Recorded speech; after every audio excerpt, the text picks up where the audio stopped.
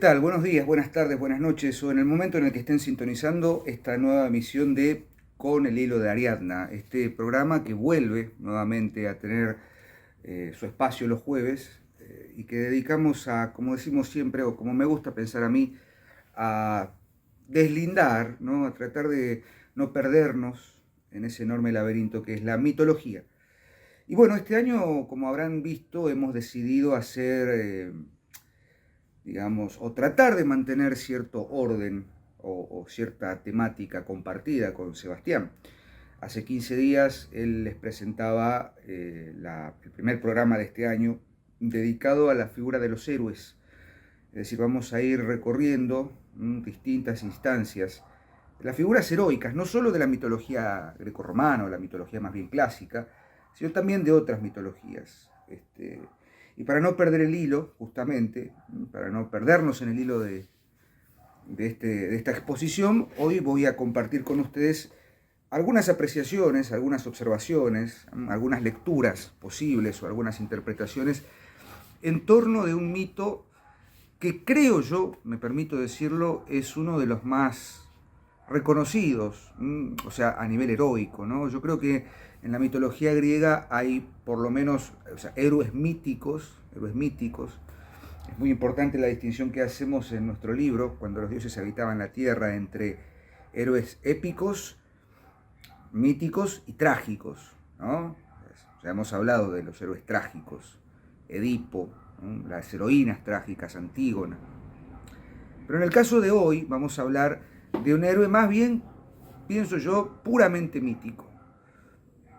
Me sale pensar en Heracles, de quien ya hemos hablado, Teseo, de quien ya hemos hablado, Sebastián sobre todo, Teseo y el Minotauro. Y ahí me gustaría hablar de Perseo, el mito de Perseo, sobre todo el mito de Perseo y Medusa. Porque creo que en ese mito, lo digo de una manera así, esbozando una posible hipótesis, no solo están contenidos los elementos que, bueno, Campbell plantea en el monomito, ¿no? Es decir, el camino del héroe, sino que también hay una serie de elementos que intervienen en el mito, que luego pueden ser leídos políticamente, psicoanalíticamente, más corrido del lugar, filosóficamente, estéticamente. Yo me quiero detener un poco en la cuestión estética, pero por supuesto el símbolo que hay detrás de los elementos que intervienen en el mito de Perseo. Pero vamos a ir primero, antes de desarrollar esta cuestión en torno de la simbología o de lo que hay a través del mito de Perseo, vamos a hacer una síntesis para quienes no lo conocen. El mito de Perseo surge básicamente, como la mayoría de los mitos importantes, a partir de un oráculo, ¿no? Una predicción y un nacimiento bastante, ¿cómo decirlo?, peculiar, ¿sí? Según las distintas versiones que tenemos, sobre todo la Metamorfosis de Ovidio, algunas versiones del pseudo Apolodoro, de Pausanias, el rey Acrisiio recibe un oráculo, ¿no?, en el que le dicen que su nieto lo va a matar, o sea, que va a morir a manos de su nieto, va a morir a manos de su nieto. Entonces Acrisiio lo que hace es encerrar a su hija, Dánae, en un cofre, en una bóveda subterránea, una bóveda de bronce subterránea, para evitar que tuviera contacto con cualquier tipo de individuos y de modo tal no pudiera tener hijos.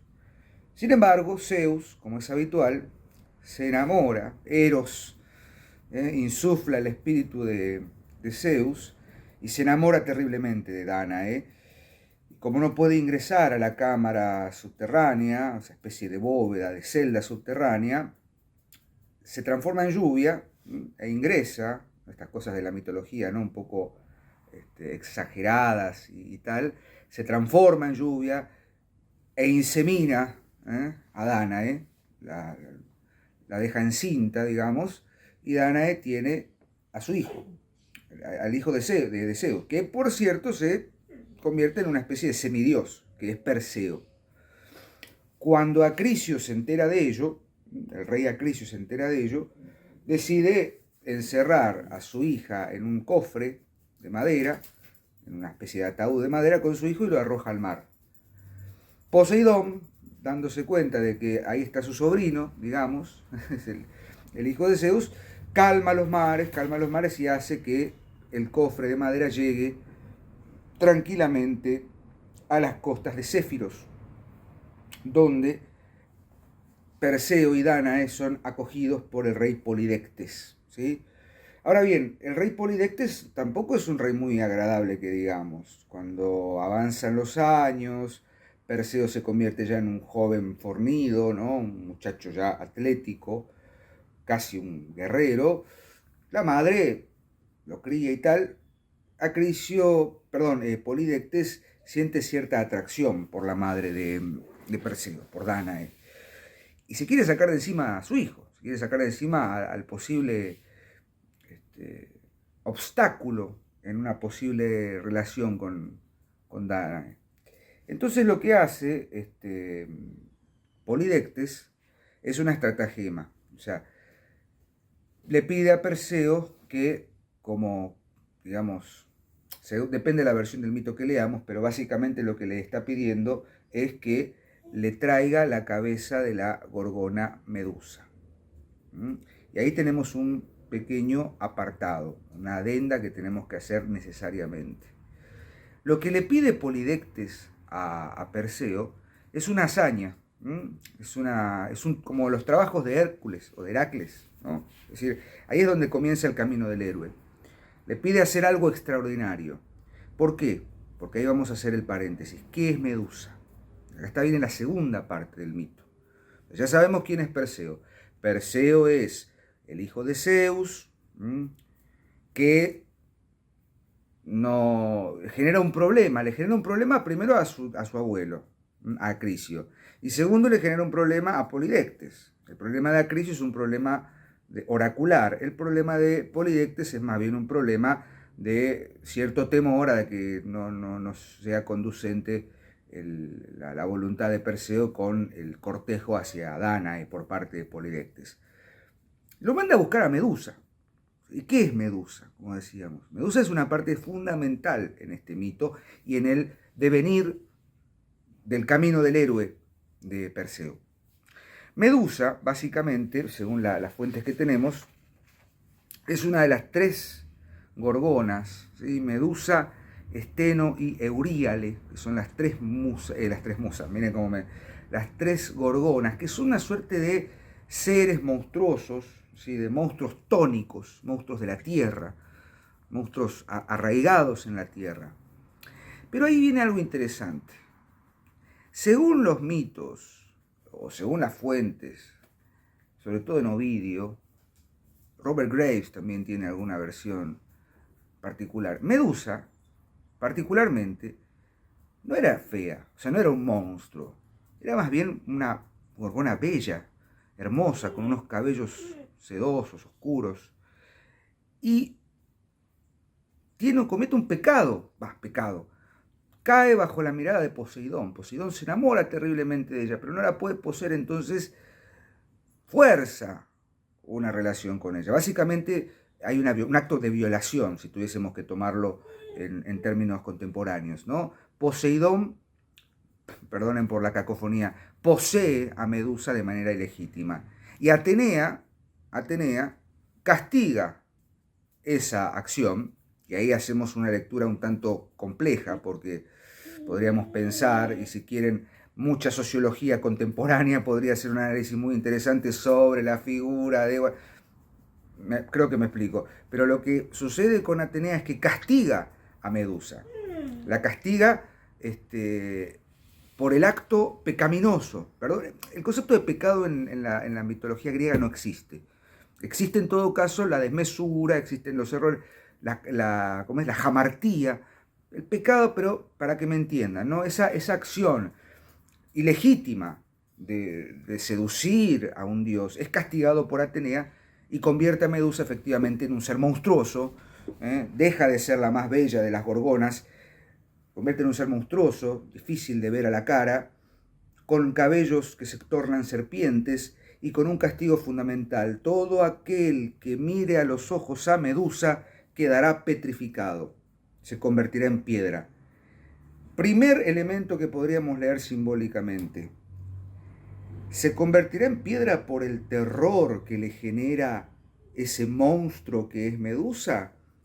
¿O ya hubo un acto de petrificación simbólica cuando la belleza de Medusa dejaba impertérritos a quienes la observaban y la miraban? Hay una ambigüedad allí, ¿no? O sea, hay una ambigüedad en el sentido simbólico y en el sentido literal. Quedé petrificado ante la belleza de Medusa. Ahora quedó petrificado ante lo horrendo, ante lo monstruoso que es Medusa. Vayamos pensando lentamente cuáles son los puntos que hay que unir después, ¿no? La petrificación, la mirada a los ojos, la belleza y lo horrendo. Una petrificación por la exaltación del espíritu, por la conmoción estética ante lo que vemos, o una petrificación como castigo a lo que no tenemos que ver. ¿Estamos de acuerdo? Recuerda Penteo en las Bacantes, ve lo que no tiene que ver y ¡fac! Lo decapita.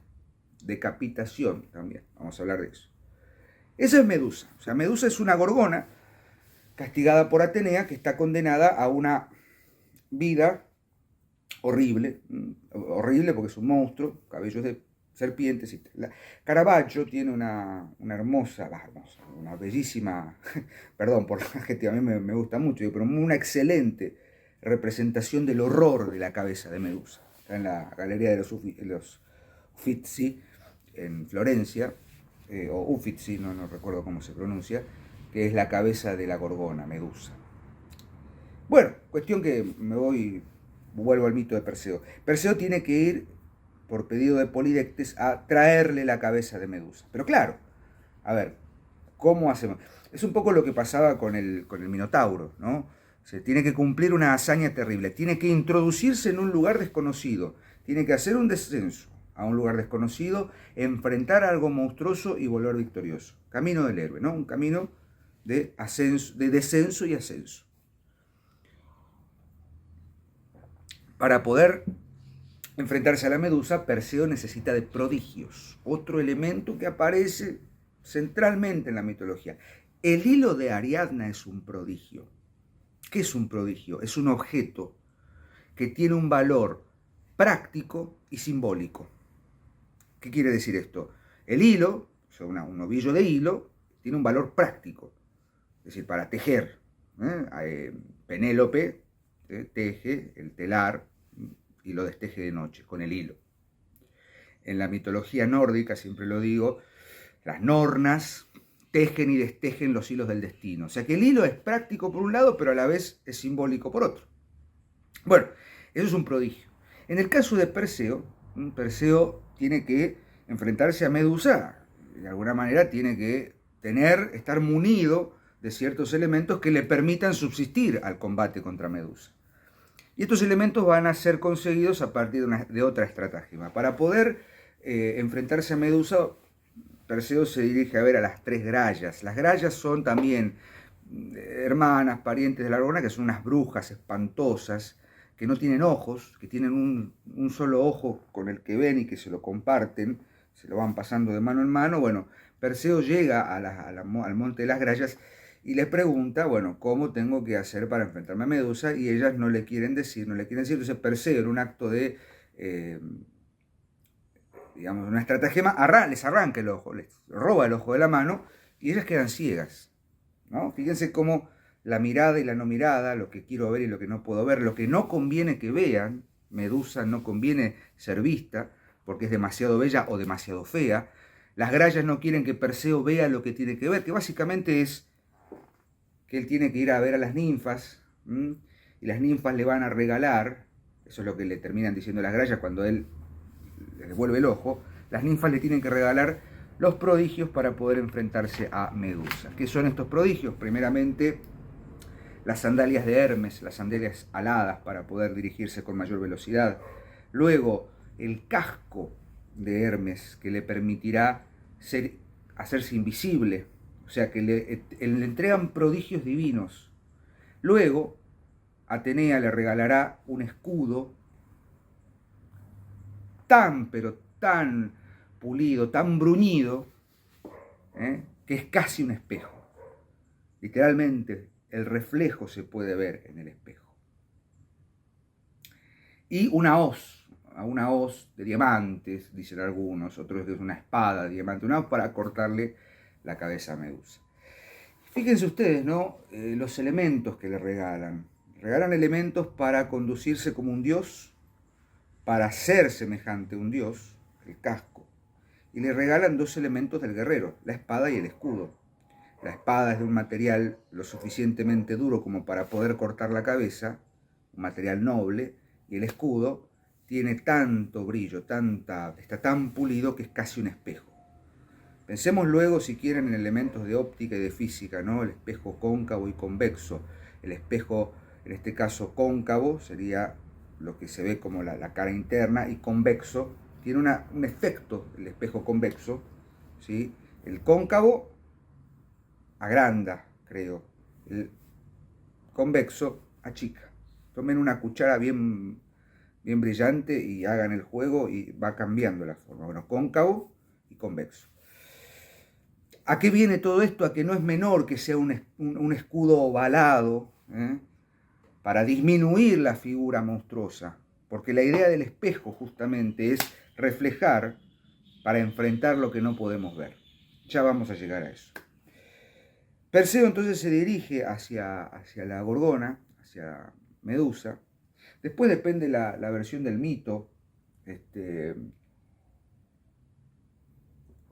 La versión del mito que lean va a variar, pero logra llegar a una cueva donde está la la Gorgona, y le muestra, se protege con el escudo. Medusa se ve a sí misma, entiende el horror que eso implica y queda petrificada. Y ahí, frac, Perseo le corta la cabeza. La cabeza queda intacta, la cabeza queda viva, ¿no? Y ahí empieza una serie de persecuciones, ¿no? Tanto, como se dice, Steno y Euríale quieren perseguirlo porque están ahí y ven a su hermana muerta y lo persiguen, pero claro, ahí está. Perseo se pone el casco de Hermes, se invisibiliza, no lo pueden ver. Todos estos elementos son interesantes, ¿no? Porque todo lo que implica el mito de Perseo, vuelvo a lo que decía anteriormente, y perdón que me repita, es lo visible y lo no visible.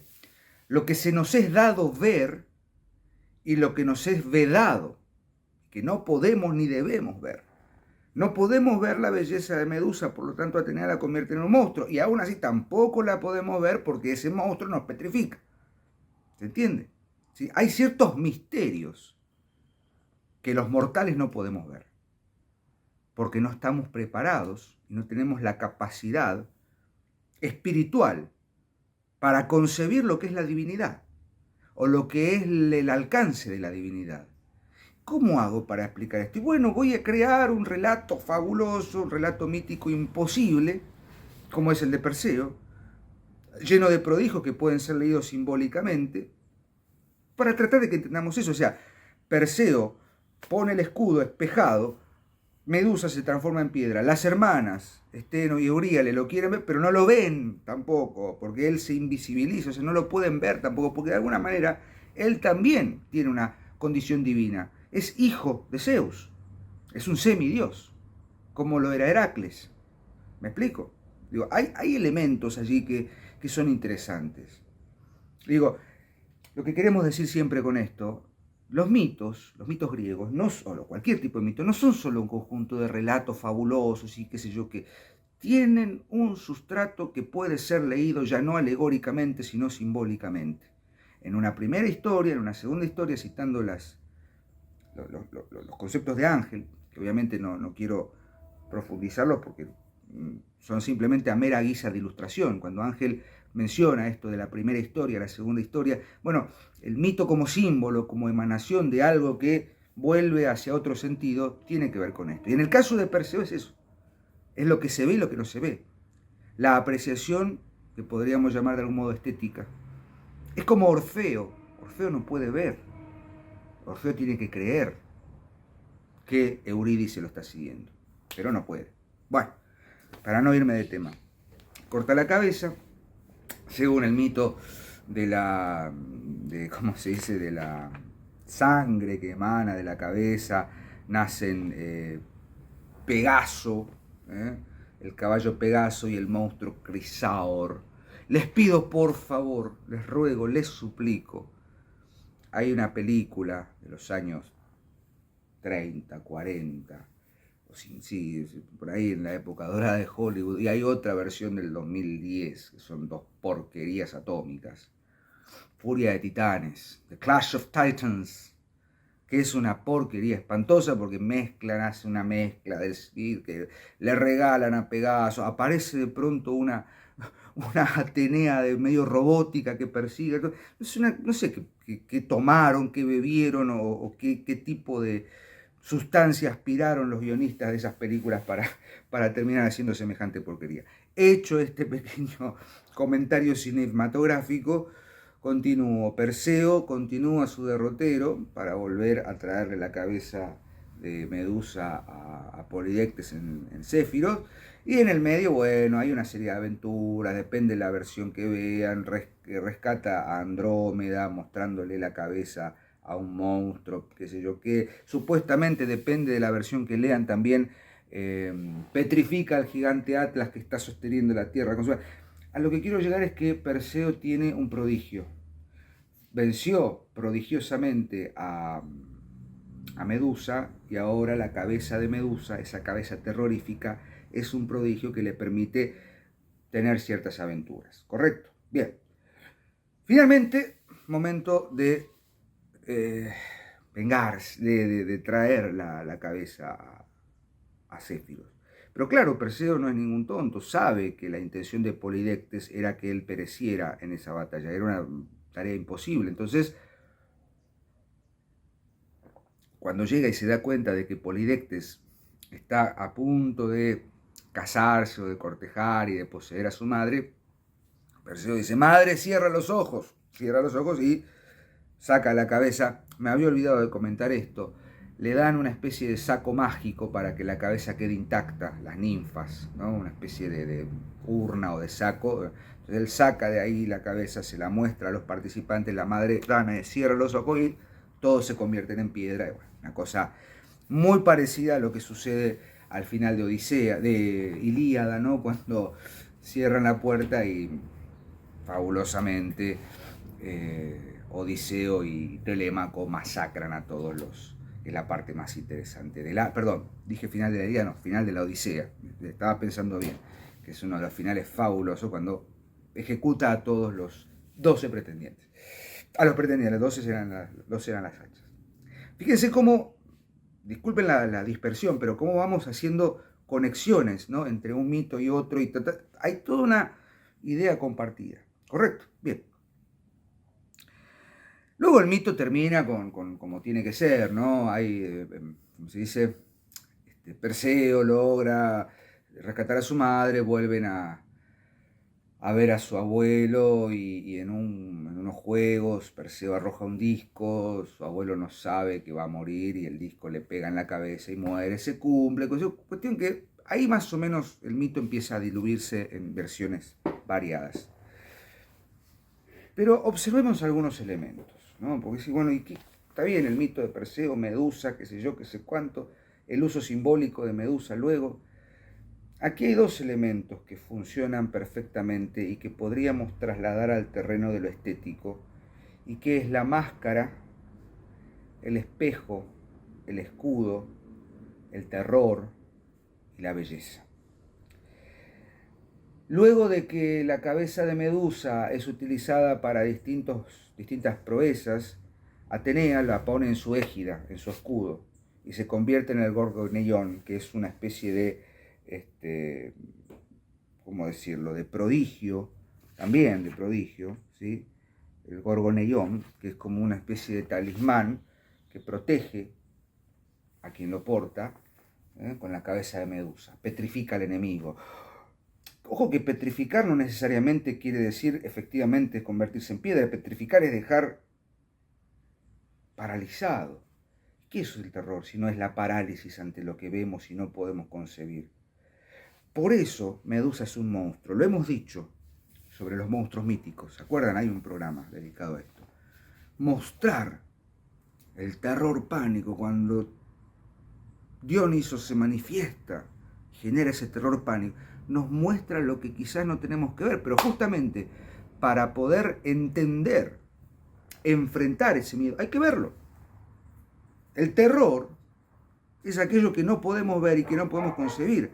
Por eso lo horroroso del monstruo da cuenta de lo que no podemos ver. Es terrible ver la cara de un dios, conocer la esencia de un dios siendo mortales. Para la mitología, ¿estamos de acuerdo? Para la mitología. Trasladémoslo luego al terreno religioso y vamos a tener otra dimensión. La transfiguración de Cristo, que lo vemos en dos partes, ¿no? Cuando Saulo de Tarso es tirado del caballo rumbo a Damasco, no puede ver, queda ciego. Es decir, hay cuestiones en torno de la divinidad que no podemos ver, que al verlas quedaríamos petrificados. No solo porque convertirnos en roca, sino también por la imposibilidad de movilizarnos, ¿no? La imposibilidad de reaccionar ante ello.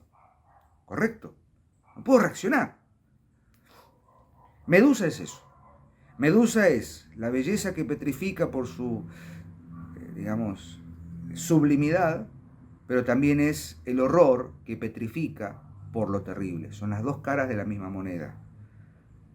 Perseo es simplemente un instrumento, una excusa acaso, un elemento que permite, digamos, conducir distintos elementos. Lo prodigioso para derrotar a Medusa está relacionado también con lo brillante, con lo que nos deja ciegos.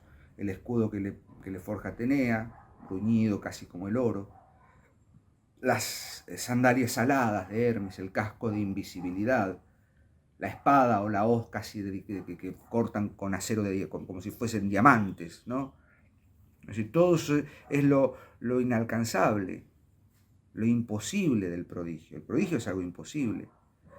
El mito de Perseo, que es uno quizás de los más conocidos, yo lo trabajo mucho con mis alumnos de primer año de secundaria, quedan encantadísimos con ese mito porque tiene todos los elementos, ¿no? La medusa, el monstruo, y bueno, dibujan una medusa con los cabellos de serpientes y qué sé yo, ¿no? También el simbolismo de la serpiente como el pecado, como la tentación, ¿no? Si seguimos la tradición más bien del Antiguo Testamento, y también las tradiciones antiguas sobre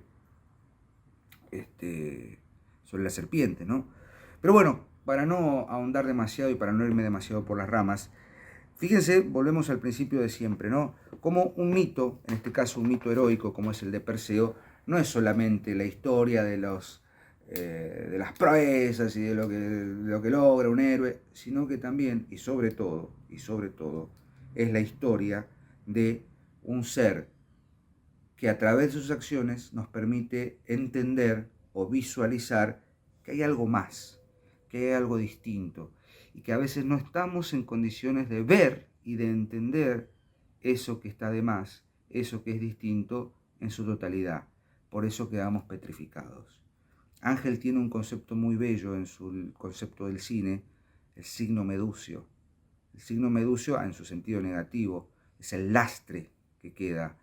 Visualizamos algo y nos quedamos petrificados ahí, nos quedamos dando vueltas y no avanzamos, ¿no?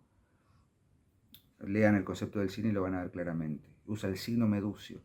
Quedamos petrificados. El tema es que si esa petrificación es un acto de contemplación o simple y llanamente es un acto de cobardía y de imposibilidad de análisis. Estoy paralizado frente al miedo. Bueno, al miedo hay que enfrentarlo, hay que mirarlo de frente. Eso es lo que muestra. Mirarlo de frente para saber cómo enfrentarlo. Creo que más o menos es por ahí. ¿Puedo haberme equivocado? Seguramente. Para eso están los comentarios, para que ustedes respondan, para que ustedes critiquen o aporten. Así que bueno, por hoy vamos a dejar aquí, como siempre, si lo bueno breve, dos veces bueno. Yo les mando un saludo muy grande. Nos estaremos viendo el próximo lunes en una nueva emisión de La Última Página. Y el jueves, como saben, puede suceder cualquier cosa. Podemos volver a la mitología, podemos tomarnos un recreo, podemos hacer alguna confesión. Quienes dice tal vez en algún momento nos relajemos y vayamos a la ópera. Nos falta un poquito de eso, pero bueno, aquí estaremos siempre firmes. Les mando un gran saludo y que tengan un buen final de semana.